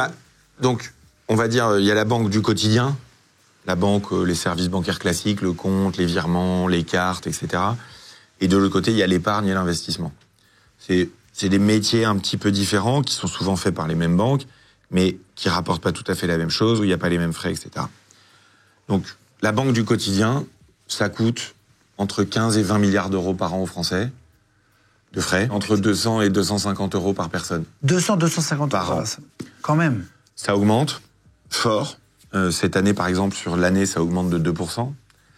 Il y a certains frais qui explosent. Par exemple, il y a des frais qu'on appelle les droits de garde, qui, eux, ont augmenté, si tu veux, de 300% en 10 ans. Donc, une carte, c'est 65 euros à peu près par personne et par an, tu vois. Donc, c'est des frais qui sont importants. Mais le plus important, c'est les frais sur les crédits et les frais sur l'épargne. La banque du quotidien, tu vois, la carte Trade Republic, il n'y a pas de frais dessus. Tu payes pour la faire fabriquer, parce qu'il faut bien la sortir de l'usine, mais c'est tout. Après, tu n'as pas de frais récurrents. Il y a beaucoup de gens qui ont pris une carte chez Trade Republic, physique. C'est le plus gros lancement d'une carte en Europe de l'histoire, puisqu'il y a 1 million d'utilisateurs actifs de la carte, au bout de 5 mois, je crois. Vous étiez passé à l'émission, c'était monté dans les applications téléchargées sur l'App Store, etc. Énorme, ouais. On a monté dans les tops. Top 3. Ah, c'est ça. On était devant WhatsApp, on était devant ChatGPT, on était devant TikTok, parce qu'il y a un tel besoin. Cette carte-là, son gros intérêt, c'est le fameux 1% de save back, tu sais, que ça te rend dans ton épargne. Tu dépenses, tu regagnes. Tu dépenses et tu regagnes de l'épargne. Ouais, Donc, elle est à combien à l'année, la carte, après l'avoir fabriquée ? C'est gratuit ? 0, bien sûr. On n'a pas redit, c'est pour ça. Ouais, il n'y a pas de frais du tout. Donc, comment vous gagnez ? Il y a plein de banques en ligne où c'est le cas aussi. Donc, nous, on gagne parce qu'il y a des frais dans une carte sur ce qu'on appelle l'interchange, et c'est les commerçants qui nous reversent un petit bout. Vous gagnez de l'autre côté. Trade Republic accepte de gagner très très peu par client, par opération, des trucs tout petits, mais parce qu'on a la chance d'avoir une communauté qui nous soutient, on a des millions de clients. Et donc c'est grâce à ça qu'il faut mieux faire des petites marges et beaucoup. Et voilà. Et pour les clients et pour le professionnel. C'est comme ça qu'on l'a construit, nous. Mais c'est, si tu veux, c'est lié au fait que payer 225 euros de frais bancaires par an, il y a plein de gens qui pourront plus, en fait, bientôt. Si tu veux, il y a un moment donné, il faut que ça cesse. Si tu veux, le gaspillage de manière générale. C'est comme quand les canalisations d'eau dans les villes et les villages fuient de tous les côtés. On les répare parce que l'eau, c'est précieux. Là, c'est pareil. Donc, tu as entre 15 et 20 milliards d'euros de frais bancaires. Ensuite, il y a un phénomène énorme en France qui a explosé par ailleurs depuis 3 ans. C'est le crédit à la consommation, qui est une arme de destruction massive de l'argent des gens. C'est ce qui a mis ma famille dans la merde. C'est une catastrophe, ce truc. Il y a à peu près 200 milliards d'euros de crédit à la consommation en France. Ça fait 30 000 euros par famille, grosso modo. Et ça coûte 10% par an. Donc il y a tous les ans 20 milliards d'intérêts qui sont payés. C'est-à-dire que toi, tu te dis super, ma banque me prête de l'argent pour faire des travaux dans ma maison, pour acheter un frigo américain, pour acheter une machine à laver, etc. Mais en fait, ça me coûte 10% par an. J'ai les chiffres précis, si tu veux. C'est énorme, si tu veux. C'est énorme. C'est 10% de... Et en fait, c'est des petites dettes, ça, mais qui se renforcent parce que quand tu payes 10% sur ta dette... Ouais, en fait, finalement, tu t'endettes encore plus. Mais c'est énorme. Tu vois, les gens savent pas, par exemple, mais c'est l'énorme catastrophe des pourcentages. C'est vraiment le truc que je changerais, moi, si j'avais une baguette magique, là. Pour changer un truc dans la loi française, c'est l'interdiction du fait d'exprimer les frais en pourcentage. 76% des Français les comprennent pas. Ton crédit immobilier, par exemple, en ce moment, en moyenne, c'est 4%. Mais c'est 4% par an. Donc, au bout de 20 ans, t'as payé 50% d'intérêt. Tu vois, ça me serre la gorge. C'est-à-dire, ta maison, aujourd'hui, quand tu fais un crédit immobilier à 4%, toi, t'entends 4%. Donc, tu te dis, c'est petit. Ta maison, tu la payes 1,5 fois. Ah, c'est intéressant, ça. Ta maison. Ça, tu vois, ça, je savais pas. Voilà. Je sais que c'est parents, mais on oublie que c'est... C'est pour ça que je viens là. C'est pour pouvoir dire aux gens, un crédit immobilier à 4% par an, au bout de 20 ans, t'as payé ta maison 1,5 fois. Donc, s'il n'y a pas 50% de hausse sur le prix de ta maison dans les 20 ans qui viennent, t'auras perdu de l'argent. Et en ce moment, ça baisse plus que ça. Choisis bien l'endroit où t'achètes ta maison. Ouais, bien sûr. Réfléchis bien avant de faire un crédit à 4%. C'est pas que l'argent, c'est un outil au service de l'homme. Donc il y a aussi des gens qui vont vouloir emménager dans une maison pour d'autres raisons. Pour leur famille, pour être mieux, parce que ça va leur apporter du bien-être, etc. Mm-hmm. Et là, la décision, elle est plus complexe. Parce que tu peux prendre une décision financière de merde, mais qui est très positive pour ta vie à toi par ailleurs. L'argent, c'est un outil. Donc c'est pour ça que je parle tout le temps des émotions liées à l'argent. C'est pour que les gens aient les repères de fond pour mieux gérer leurs émotions face à l'argent. Parce que quand tu sais que le crédit, 4%, à 20 ans, t'as payé ta maison 1,5 fois, tu réagis pas de la même manière. Quand tu sais que le crédit Ponceau, c'est un truc qui va t'appauvrir, en fait, t'as le sentiment que ça va t'aider à dépenser plus facilement, c'est un truc qui va t'appauvrir. 10% de frais en moyenne sur les crédits conso. C'est une catastrophe. C'est énorme. Franchement, le faites pas. Mais vraiment, le faites pas. Ensuite, t'as ce qui est mon combat à moi, c'est les frais sur l'épargne. Et là, franchement, Guillaume, je te dis la vérité comme je le pense, et probablement que ça se voit un peu sur ma gueule, c'est vraiment un scandale. Ça, c'est un scandale. Que les banques aient pas réussi à se moderniser et qu'il y ait 200 € de frais par an pour les comptes bancaires, etc., franchement, je peux comprendre. Les banques, elles apportent un truc qui est la sécurité quand même. Les banquiers qui m'entendent aujourd'hui, ils doivent s'arracher les cheveux parce que c'est injuste ce que je dis. Les banques, ça apporte de la sécurité aussi. Bien sûr, les banques, c'est safe. Les banques, c'est honnête. Les banques, c'est hyper important dans la société. Et si les banques n'étaient pas là pour prêter à tout le monde, ouais, bien sûr, on serait dans la merde. Ouais, évidemment. Mais c'est juste qu'elles se sont pas modernisées. Ça, je peux le comprendre. Tu vois, à la limite, je peux le comprendre. Et on va les encourager avec Trade Republic, avec la concurrence, à se moderniser, à s'améliorer, à améliorer leur processus pour être moins cher petit à petit. En revanche, les frais sur l'épargne, ça, c'est vraiment un scandale. C'est pas 15 à 20 milliards par an, ça, c'est 90 milliards par an. C'est quoi les frais sur l'épargne? C'est énorme. C'est-à-dire que aujourd'hui, l'immense majorité des gens, comme il n'y avait pas Trade Republic, comme il n'y avait pas Legend, comme il n'y avait pas tout ça, les gens, ils savaient pas comment faire. Et donc, les gens, ils faisaient quoi? Ils confiaient leur argent à d'autres gens qui l'investissaient pour eux. Ça s'appelle une société de gestion. Et ça s'appelle un fonds d'investissement. Et ces fonds d'investissement, en moyenne, ils ont 2% de frais par an.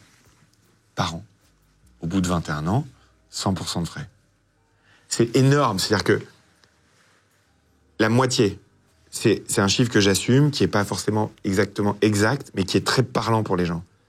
C'est en gros la moitié de la performance de l'épargne des gens, de ce que ça aurait dû leur rapporter, qui part en frais. C'est à peine croyable. Mmh. Si ça rapportait beaucoup, on pourrait comprendre qu'il y ait des frais élevés. Tu vois ce que je veux dire?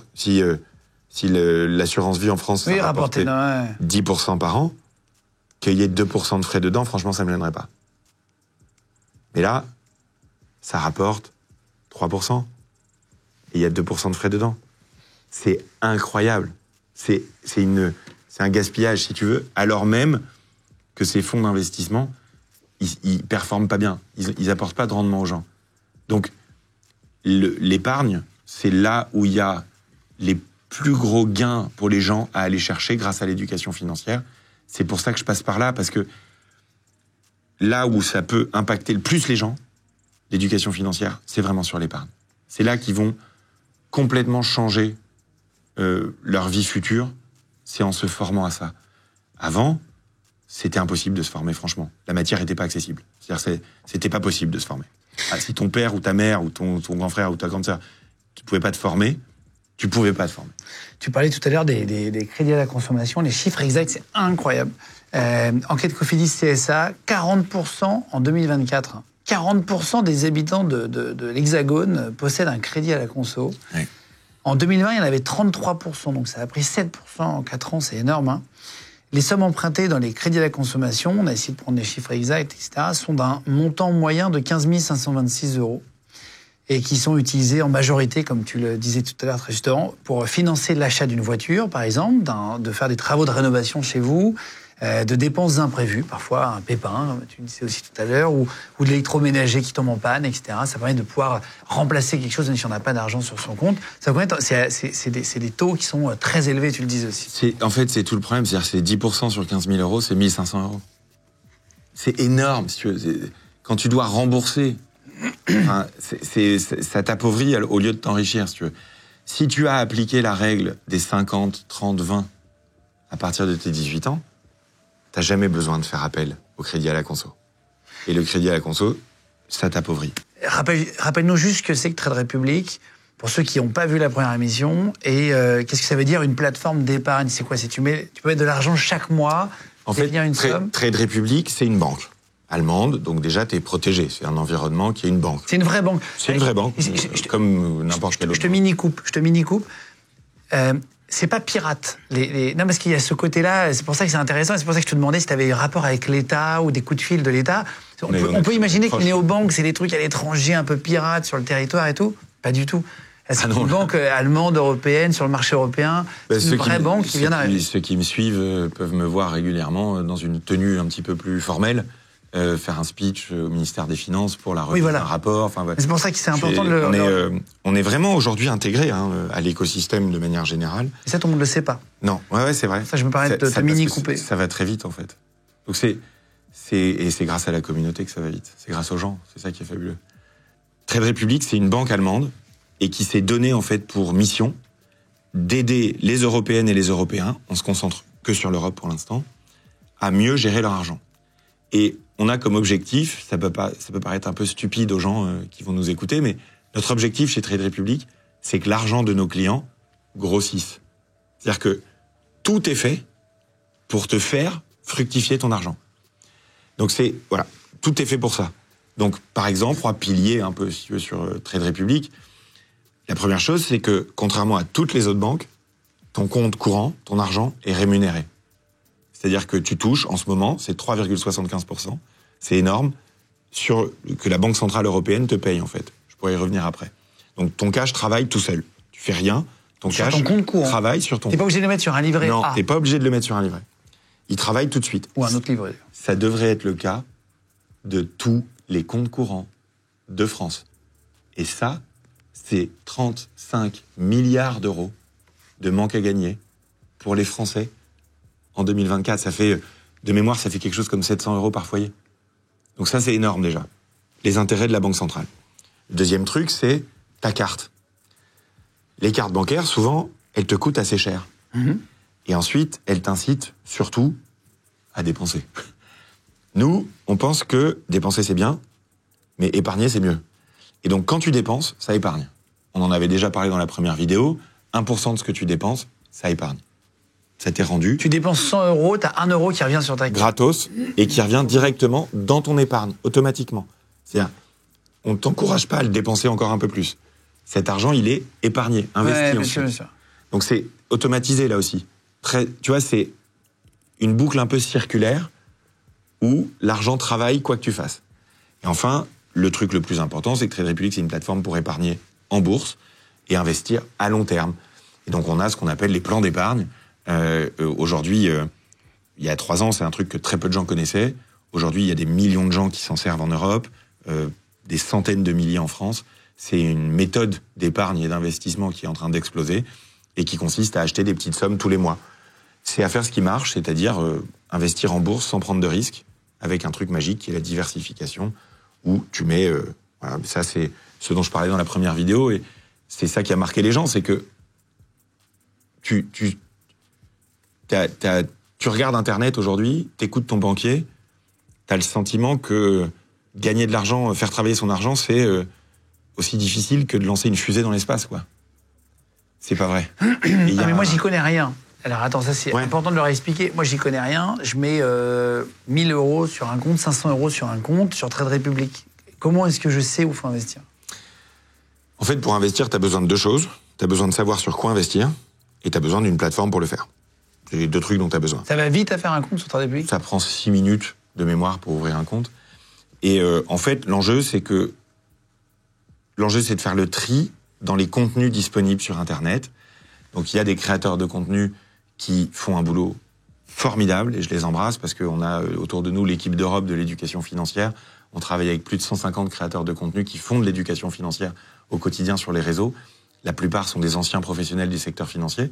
Donc tu as des mecs qui ont des doctorats en économie, qui passent leur journée sur les réseaux sociaux à éduquer les gens gratuitement. Nous, on les soutient. Donc ça, c'est faire le tri. En France, tu peux le faire assez facilement parce que les créateurs de contenu ont la licence, entre guillemets, le certificat de l'influenceur responsable en matière financière. J'encourage tout le monde, quand vous êtes sur Internet et que vous regardez les contenus d'un créateur de contenu qui fait de l'éducation financière, il y en a plein, l'enjeu, vérifier qu'il a le certificat. Vérifier qu'il a le certificat. Et comment tu sais ça? Tu lui demandes, tu vérifies, il te le montre. Tous nos partenaires l'ont passé. Donc tu as une bonne manière comme ça. Ensuite, l'énorme enjeu, c'est de détecter les fraudes, les arnaques, ce qui marche pas. Parce qu'aujourd'hui, comme il y a un gros intérêt pour l'épargne et l'investissement dans la société, naturellement, les arnaqueurs se sont engouffrés. Nous, Trade Republic, on fait l'objet d'une usurpation de marque. C'est-à-dire, il y a des voyous, des bandits, qui usurpent notre marque, qui font des pubs avec les logos Trade Republic sur Internet. Nous, on les débranche dès qu'on les trouve, évidemment. Donc, signalez-les. Si vous envoyez, bien sûr, des fausses pubs, il y en a plein. Ceci est une vraie pub, par contre, là, en ce moment. Et donc... Signalez pas, c'est... Et donc, voilà, on lutte contre les arnaqueurs aussi, avec ceux qui ont passé le certificat. Donc, faites attention à vous sur les réseaux sociaux. Mais pour commencer, c'est très simple.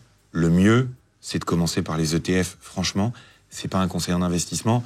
D'abord, il faut avoir son épargne de précaution, bien sûr, sur son livret, 2 à 3 mois de salaire. Mais après, pour commencer à investir, le plus simple, c'est les ETF. Les ETF, c'est quoi? C'est des paniers d'actions avec des centaines ou des milliers d'actions dedans. Comme ça, tu t'embêtes pas à choisir une action. Par exemple, tu vas investir dans le secteur immobilier. Par exemple. Au sens large, il y a c'est une moyenne de plein de trucs. Tu vois, les plus utilisés par nos clients aujourd'hui, c'est quoi? Le secteur des énergies renouvelables, le secteur de la tech, l'innovation technologique, tout ce qui touche à l'intelligence artificielle, tout ce qui touche aux semi-conducteurs.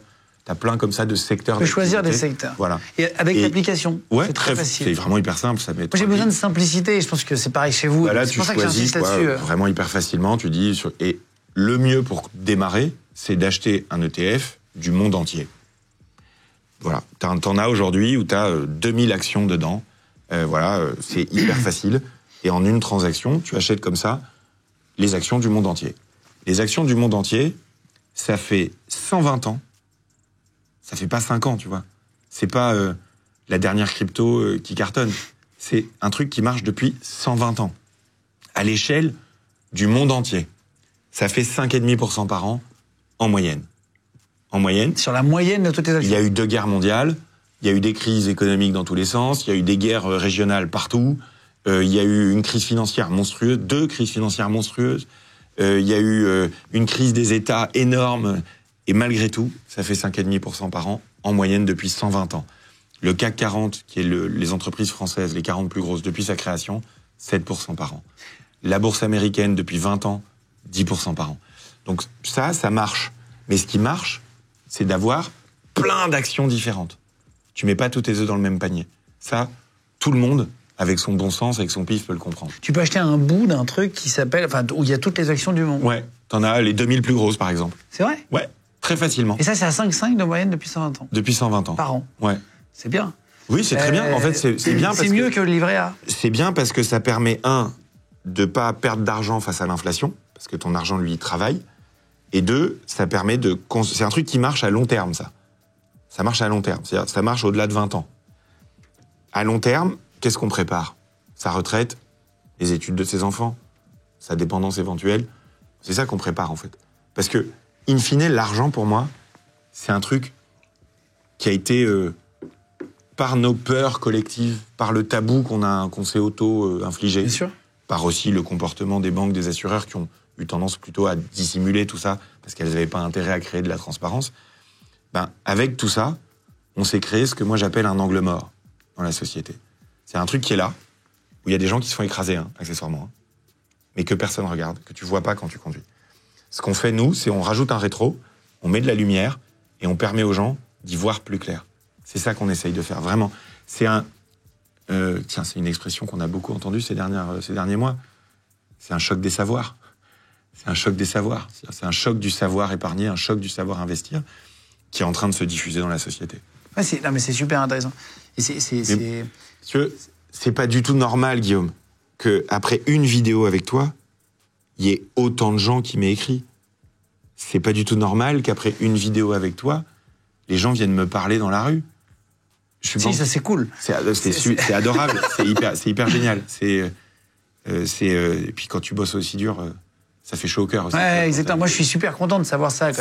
Il m'a raconté que t'allais boire un verre et tous les serveurs sont venus te voir ce week-end encore. Et c'est merci de nous suivre. Vous êtes 100 000 en moyenne à arriver chaque mois sur notre chaîne YouTube de plus en abonnés. Donc merci de vous abonner de plus en plus nombreux. Déjà c'est super important de vous le dire.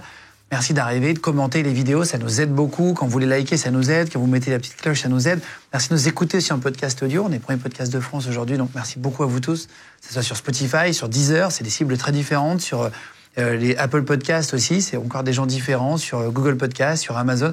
Merci d'être là, plus nombreux chaque mois. Et ça nous fait vraiment très très plaisir de vous voir arriver, de voir les chiffres qui montent. C'est galvanisant pour nous tous qui bossons dur avec une petite équipe par rapport aux autres médias en ligne et on vous voit arriver, c'est vraiment génial, donc merci beaucoup pour ça. Qu'est-ce qu'on met comme lien cliquable sous la vidéo? L'autre fois on avait mis un lien pour ouvrir un compte rapidement, etc. Est-ce qu'on remet le même type de lien? Je vous mets un lien cliquable dans la description. Oui, je pense que c'est le plus simple, c'est le plus simple. Et puis le lien vers la première vidéo aussi qui va reboucler. Oui, ça on l'avait dit, on vous va reboucler sans doute, je pense que c'est les deux trucs qu'on peut faire. Ok. On vous met un lien, donc du coup, tu le disais, donc on va le mettre dans la description, lien cliquable. Si vous nous écoutez en podcast audio, il est dans la description, pareil, soit sur Spotify, soit, peu importe la plateforme sur laquelle vous nous écoutez ou vous nous regardez, il y aura dans la description ce lien-là. En 6 minutes, tu disais tout à l'heure, on peut ouvrir un compte, c'est assez rapide. On s'ouvre un compte, on peut mettre un peu d'argent pour essayer au départ, peut-être un conseil. Bien sûr. Tu peux dire. On enregistre son compte bancaire de référence en face. La carte bancaire, tu payes une fois, après c'est gratuit. Alors, si tu la prends en virtuel dans ton téléphone, elle est totalement gratuite. Tu peux payer avec Apple Pay, par exemple? Bien sûr, ouais. C'est-à-dire qu'en 6 minutes, tu peux te faire une autre carte bleue. Si vous voulez payer sur Internet, si ça vous fait peur à chaque fois de prendre votre carte bleue, sûr, en 6 minutes, vous mettez X euros. Et si vous voyagez aussi, c'est une carte qui n'a pas de frais, par exemple, sur le change. Donc si tu voyages en dehors de la zone euro, avec cette carte-là, tu ne paieras pas de frais de change. Tu auras le taux le moins cher, le taux bancaire. C'est une vraie différence à l'année. Tu ne payes pas de frais non plus quand tu voyages à l'étranger, si tu tires au distributeur automatique. Tu vois, il y a des... Avec la carte? Ouais. Physiquement? Ouais. Ok. Il n'y a pas de frais? Non. Je vais en Thaïlande en vacances, il n'y a pas de frais? Il n'y a pas de frais. Si tu retires plus que 100 euros au distributeur, il n'y a pas de frais. Ok, comme ça quand tu arrives, tu prends un peu, tu vas au Japon, tu vas en vacances quelque part loin, et voilà. Tu payes X%. Et pendant ce temps-là, tu as 1% de ce que tu dépenses qui t'est rendu pour financer ton prochain voyage éventuellement. Et sur l'application, vous pouvez essayer de mettre 30 euros par mois, 20 euros par mois, ce que vous voulez, 50 euros par mois sur justement des actions. Et vous mettez un truc automatique et vous voyez dans un an, quoi. On verra ce que ça donne. Moi, je vous encourage à me dire, ça m'intéresse vraiment, quand on fait des émissions comme ça, d'avoir vos retours. Avant, on a pris un peu de temps dans le bureau, je te posais plein de questions. Moi, j'adore savoir vos retours.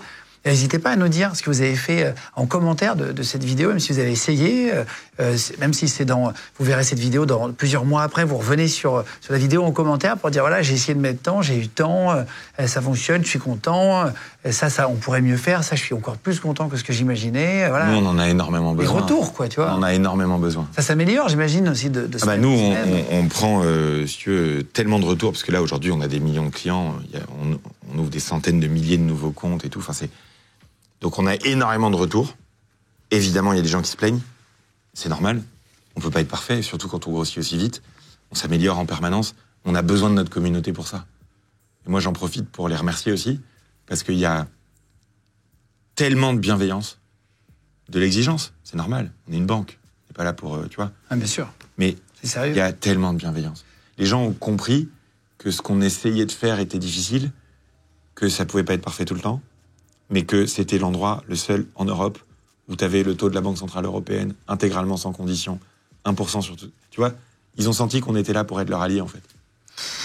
Merci pour tous ces conseils. Je voudrais qu'on parle de paris sportifs avant de terminer. Tu dis sujet dramatique dans une interview. Voilà, c'est un truc qui est très à la mode en ce moment, paris sportifs.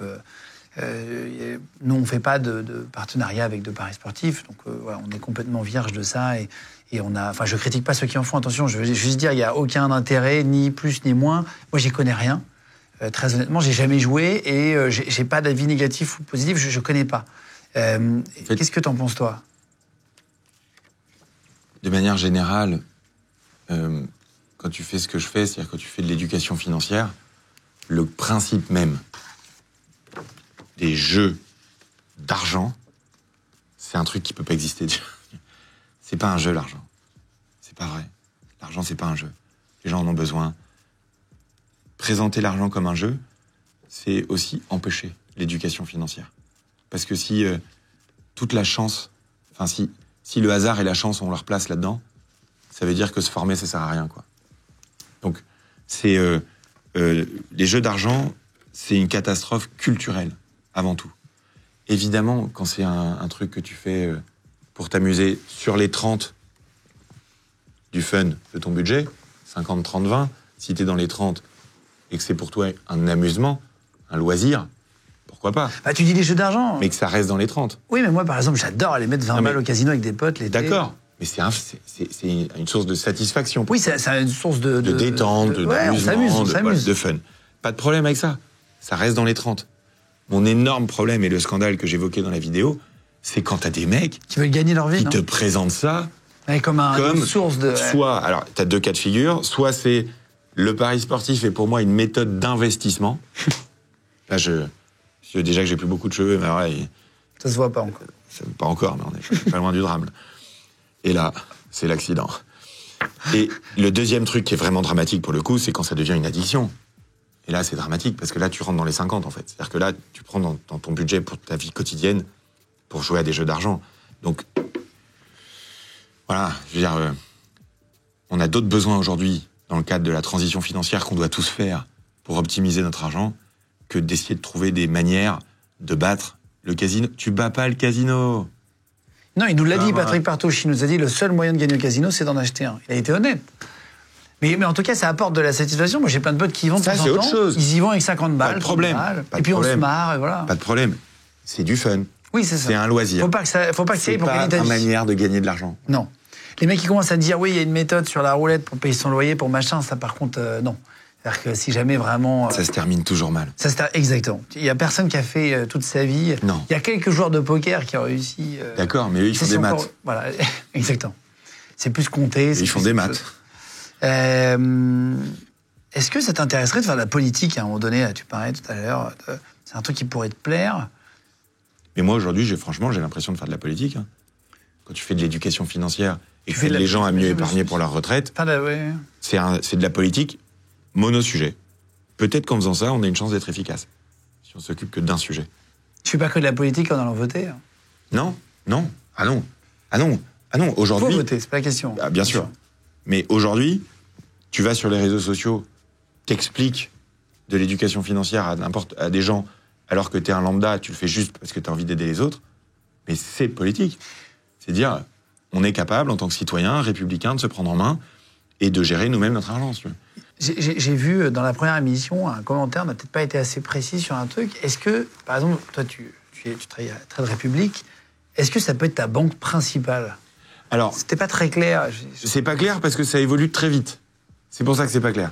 Pour l'instant, non. Dans quelques mois, oui. C'est une banque sur laquelle vous mettez de l'argent. Parce qu'on est en train de rajouter. Pour l'instant, c'est pour ça que je dis une plateforme d'épargne. Et dans quelques temps en France, c'est déjà le cas en Allemagne. En Allemagne, on est déjà une banque du quotidien. On a déjà le compte courant, etc. Mais en France, pas encore. On est en train de faire tous les enregistrements. Et donc, on est en train de devenir une banque du quotidien. Pour l'instant, on est plutôt une banque d'épargne. Donc une banque Vous mettez secondaire. votre argent pour mettre les... Dans les 6 mois qui viennent, Ça va vite. Ça va très vite. Tu peux acheter des actions tout seul, machin. Alors que dans une banque traditionnelle, c'est quand même compliqué. ah bah bien sûr, non, là c'est adapté aux attentes de la génération Z, parce que la vérité c'est que si le système d'épargne en France a été fait par des gens de 50 ans aisés, pour des gens de 50 ans aisés, Trade Republic, ça a été fait par des trentenaires pauvres, pour des trentenaires pauvres. Donc c'est ça aussi, tout le truc. C'est que la moyenne d'âge des employés, c'est pas que pour les trentenaires pauvres, c'est pour tout le monde. Non mais tu vois ce que je veux dire. Au départ, ça a été fait pour tout le monde, quoi. Ça a été construit par des gens pour leurs copains, enfin pour la même catégorie de gens, tu vois. Est-ce qu'on peut faire un crédit immobilier Non, pas un encore. truc sur lequel on n'avait pas insisté l'autre fois. Non, pas encore. Pas encore. Non, pas encore, parce que c'est pas quelque chose qu'on propose. On peut le proposer, et comme le crédit immobilier est un outil d'investissement, il serait logique. J'ai pas de plan dans les cartons, hein, mais il serait logique qu'un jour, ce qu'on a fait à l'épargne et à l'investissement, ce qu'on est en train de faire à la carte, on puisse le faire aussi au crédit immobilier. C'est un truc plus facile, plus accessible et moins cher surtout. Moins cher. C'est pas possible de payer 1,5 fois ta baraque. Dans le Trade Republic, vous voulez faire ce qu'on appelle la pression concurrentielle. C'était ça le mot que j'ai cherché depuis tout à l'heure. Pression concurrentielle comme free, c'est-à-dire mettre la pression en étant moins cher que les autres et plus intéressant, et du coup obliger les autres concurrents aussi à baisser un peu ces trucs parfois beaucoup trop chers. Dernière question qui n'a rien à voir avec Trade Republic. D'accord. On a reçu ici un médecin légiste dans une émission qui s'appelle Philippe Boxeau, Oui. avec qui on a fait beaucoup de vues. Ils étaient très nombreux et je vous en remercie. Et à chaque fois qu'il vient, il y a de plus en plus de monde. Et dans la rue, on m'en parle beaucoup aussi. Tu m'as dit, Moi, j'ai un rapport avec Philippe Boxeau. J'ai jamais regardé aucune vidéo de Philippe C'est vrai? Boxeau, ouais. Pourquoi? Alors moi, il se trouve que mon père est médecin légiste. Et, c'est vrai? C'est une discipline que je connais déjà très très bien à titre personnel. Ton père est médecin légiste? C'est pour ça que j'ai pas eu besoin de regarder les vidéos de Philippe. Et il se trouve qu'il y a des années de ça, Philippe a suivi les cours de mon père. Donc Philippe Boxeau a été l'élève du professeur Bacchino. C'est vrai? Il y a le monde est trop petit. Le Bacchino jeune qui fait de l'éducation financière. Et il y a le Bacchino un peu plus vieux qui a été président. Il a été président de la Société mondiale de médecine légale. Ouais, c'était un grand médecin légiste dans le domaine. Et donc, quand je lui ai appelé, quand j'ai vu Legend la première fois, je lui ai dit, tu connais un Philippe? Bah, bien sûr. Il est à Brest, suivre mes cours, etc. Et donc, on a échangé des mails pour l'anniversaire de Philippe, là, il n'y a pas longtemps. Ah, incroyable. Ils vont se revoir, d'ailleurs. On embrasse Philippe Boxeau. Ouais, bien sûr. Et on embrasse le professeur Bacchino, là. Oui, donc le monde est si petit que ça, c'est incroyable. C'est très étonnant, ouais. Ah là, waouh. Et je savais pas, je savais que tu avais un rapport et je t'ai dit, me le dis pas tout à l'heure. Ouais. Donc, si tu veux, moi, la médecine légale, j'ai eu ma dose. C'est-à-dire que... Mais donc, non, en tout cas, la vérité, c'est que du coup, je suis très prudent parce que je connais à peu près 800 manières débiles de mourir. Ah ouais. Donc, ça m'a rendu relativement prudent. Ouais. Moi, j'ai peur de tout.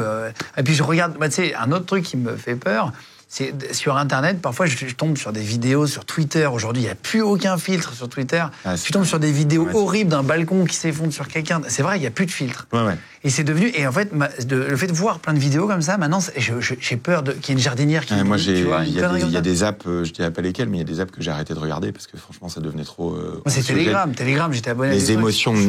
La vitesse à laquelle les émotions négatives se propagent, c'est terrifiant. Moi, j'essaye de propager une émotion positive. Prenez le pouvoir sur votre argent. Prenez le pouvoir sur votre argent. Vous avez pris le pouvoir sur l'écologie. Vous avez pris le pouvoir sur votre santé. Vous avez pris le pouvoir sur l'éducation de vos enfants. Prenez le pouvoir sur votre argent. Il n'y a personne qui le fera pour vous. Je vous mets le lien cliquable toujours une dernière fois pour vous rappeler, pour Trade Republic, si vous voulez prendre un compte en moins de 6 minutes, vous verrez, ça va très vite. Vous pouvez vous faire votre RIB, vous pouvez faire une carte en ligne, une carte physique aussi très rapidement. Si vous voulez investir, vous pouvez essayer. Nous dire vos retours, vraiment. Je suis très content qu'on ait fait cette deuxième émission. On a eu le temps de plus approfondir certains sujets.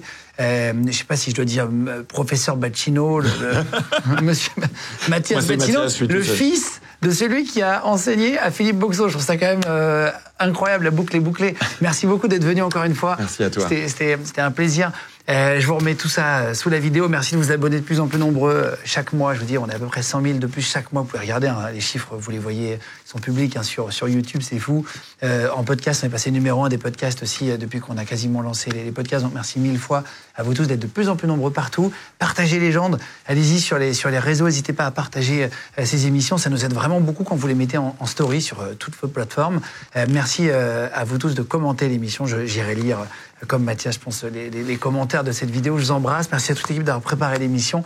Et on se retrouve très vite pour une nouvelle émission. Bisous tout le monde.